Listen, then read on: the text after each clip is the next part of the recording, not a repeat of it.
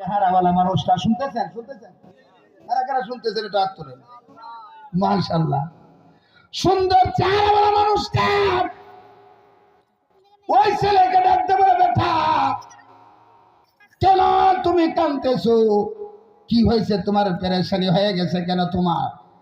লোকটা বলতেছে, বাবা আমার আব্বাকে নিয়ে হজে যাইতেছিলাম, হজে যাওয়ার পরে মিশর থেকে ইয়ামানে যখন গেলাম তখন আমার আব্বা ইন্তিকাল করছে। কাফেলা আমাকে আমার বাবার লাশটা আমার হাতে বুঝায়া কাফেলা মক্কায় চলে গেছে।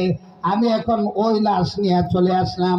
এমন এক মুশকিল, আমার আব্বার চেহারাটা মরছেন তো মরছেনি, চেহারাটা আবার শুয়োরের চেহারায় পরিণত হয়ে গেছে। আমি বড় চিন্তিত, এই লাশটা আমি কেমনে দেখাবো? মানুষকে আমি কিভাবে দেখাবো? যদি মানুষকে দেখাই তাহলে এই লাশের চেহারা দেখে মানুষ ভয় পাওয়া যাবে।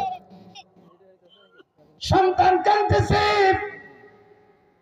যে মানুষটা সন্তানের কাছে আসলো সুন্দর চেহারাওয়ালা মানুষটা, এই মানুষটা ডাকতে বলতেছে, বেটা পেরেশানি হয় না, জাগ না না স্বপ্নে? দেখি কারা কারা শুনছেন। স্বপ্নে, স্বপ্নে বলতেছে, বাবা চলো তোমার বাপের লাশের কাছে যাই।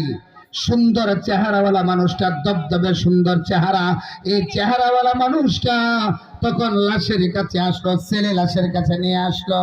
ডাকতে বলতেছে, ইয়া আইয়ুহা শাবাব ইফতাহ সাওবুল ওয়াজহ, তোমার বাবার চেহারা থেকে কাপড়টা একটু সরাও, একটু সরাও, চেহারাটা দেখি।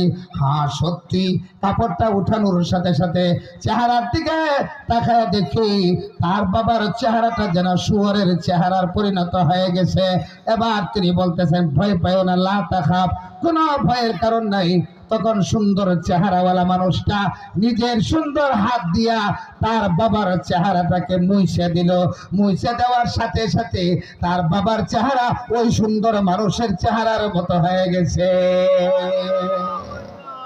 আল্লাহু আকবার, জোরে বলেন না আল্লাহু আকবার। ছেলেটা পেরেশান হয়ে গেল,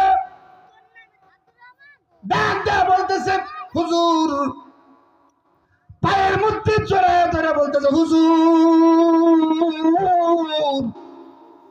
এমন কঠিন সময় আপনি কোথা থেকে আসতেন? আমার বাপের বড় উপকার করছেন। আমার বাবার চেহারাটা শুয়োরের চেহারায় পরিণত হয়ে গেছে।